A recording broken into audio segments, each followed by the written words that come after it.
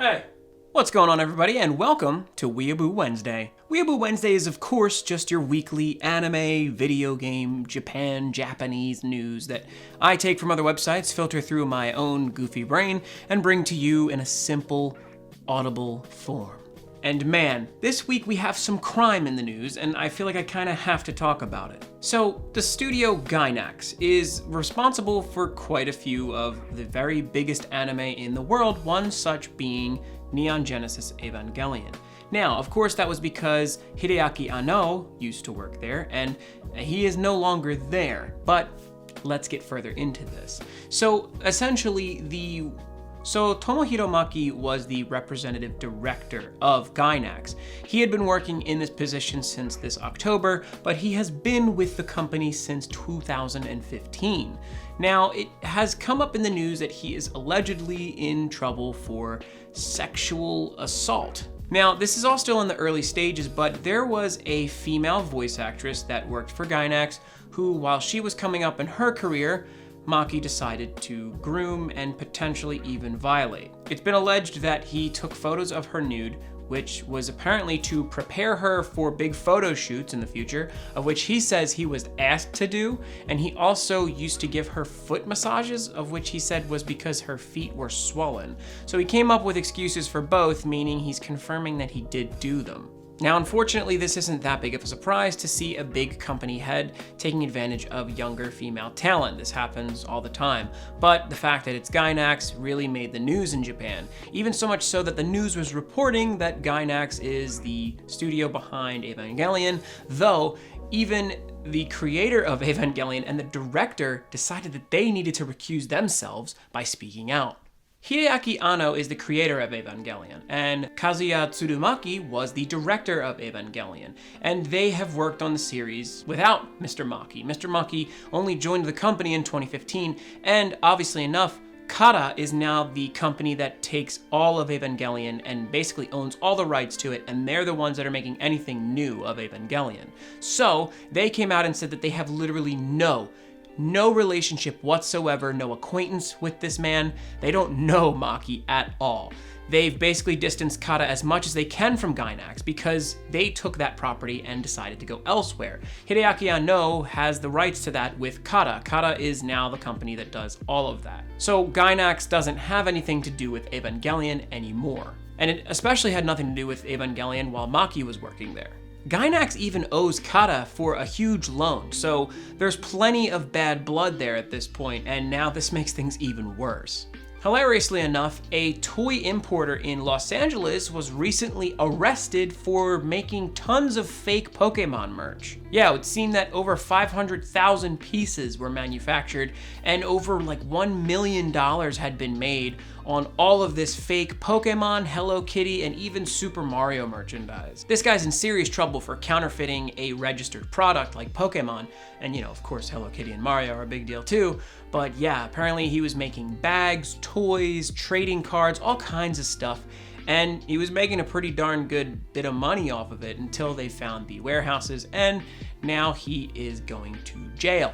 Something happy, though, is that Birthday Wonderland, or The Wonderland, which is an anime movie, is coming to the United States. It's been some time since I saw stuff about Birthday Wonderland, or The Wonderland, and I actually really liked it.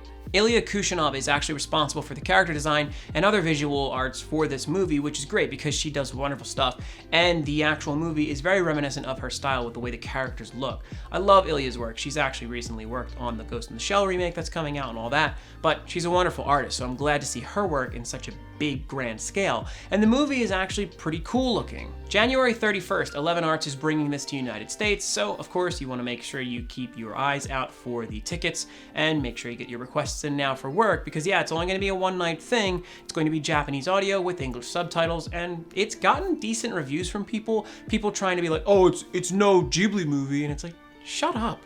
It looks really cool, so if you're interested, go check it out.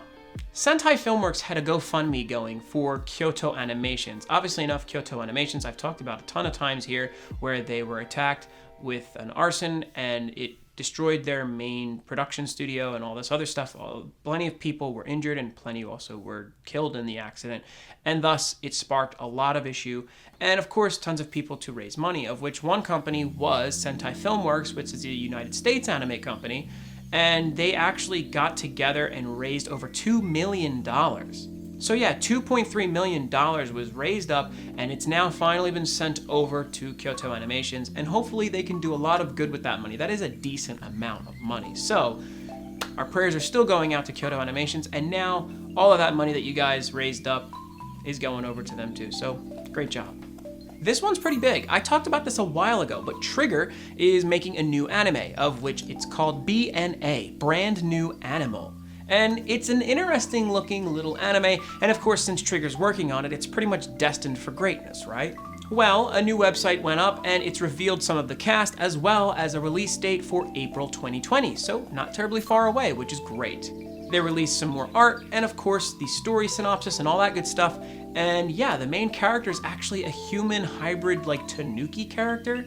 Apparently someday in the future where human-animal hybrids are kind of a normal thing, but they've been hidden for a long time, start to become more prevalent. And thus this girl, who is a regular girl, randomly decides that she's turned into a tanuki. She doesn't decide that, but she does turn into one. So she runs away to Anima City and meets this human-wolf hybrid man who doesn't like humans and is trying to figure out why this girl randomly turned into a tanuki. And thus, in this quest, they come into a larger incident, and of course that probably will cause some crazy conspiratorial type of problem, and they're getting chased by people like trying to hide the secret. Who knows? But yeah, it looks really cool, the art's nice, and I'm excited for it. The character design's really cute, and it's Trigger, so yeah, it's gonna be great. So keep your eyes open for BNA. We also got another new ad for Jibaku Shounen Hanako-kun, which is of course the toilet-bound Hanako-kun, which of course is the story of Hanako, but as a cute boy who is stuck in the lavatory, which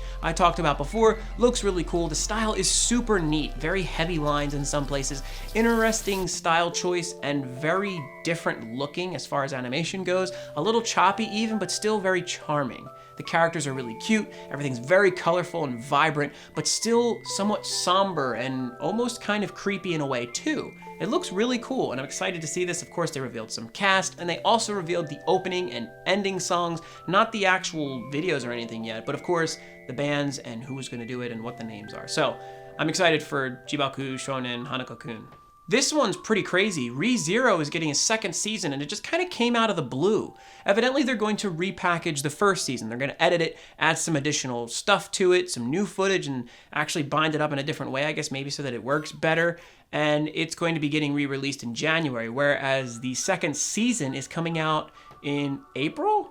So yeah, season 2 of ReZero is finally coming, which is really crazy because it's been such a long time since the first season. I actually only just recently watched ReZero, the first season, maybe back in the summer or maybe even further than that, but I did recently watch it for the first time and I did enjoy it, but the fact that it ended in the way that it did, I was like, oh, there's definitely more, right?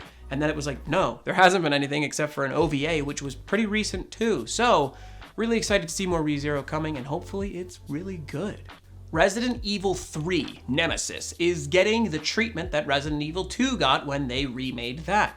It's going to be releasing for the Xbox One, PS4, and PC via Steam, not Epic Games Store, so get excited for that. It actually looks really cool. Of course, it looks, if not as good, then better than the Resident Evil 2 remake. It looks really cool, really dark, really creepy, and yeah, it's Resident Evil, so you really can't go wrong with those old games.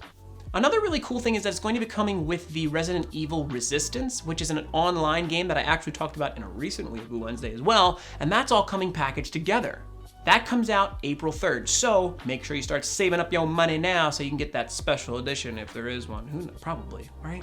I recently talked about how on an Australian list of properties for like registered trademarks or whatever, I don't remember what exactly it was, but essentially it revealed that there was going to be another Steins Gate game coming out that they were getting ready to license or whichever. Now, it's finally been revealed by Spike Chunsoft that it will be coming to the United States, along with another release of Steins Gate Zero. But now in addition to Steins Gate Zero, Steins Gate My Darling's Embrace will be releasing on the Nintendo Switch, the PS4, and the PC. And this is like an off-story kind of alternate timeline where it's a bunch of romance. It's all these romance storylines and stuff like that, all these different little branches of which you can chase down other characters from the series because all of them are so lovable. And yeah, there's a funny little romance and comedy for pretty much everybody that you know and love from Steins Gate. This has existed for so long, and I'm surprised that we're getting it now, so late, which I guess is good because Steins Gate has seen releases on PS4, Switch, and that's the thing is if they're releasing Switch games of Steins Gate recently, that goes to show that it's still selling here in America. And since they got rid of the PS Vita, I guess my only choice now is to buy it on Switch so I can play it places other than at the console, so that's nice. Finally, there's going to be an event in Odaiba, December 14th, at the Gundam shop. So the Gundam base is a shop in Odaiba, Japan. And of course, this is like a place where it's completely Gundam stuff, all this crazy Gundam stuff, which is awesome, lots of merch and all that good stuff. But there's going to be an event on December 14th in which elementary school students as well as middle school students can come for this neat little event. It's a tour of the factory zone, which is a replica of where Gunpla are actually manufactured.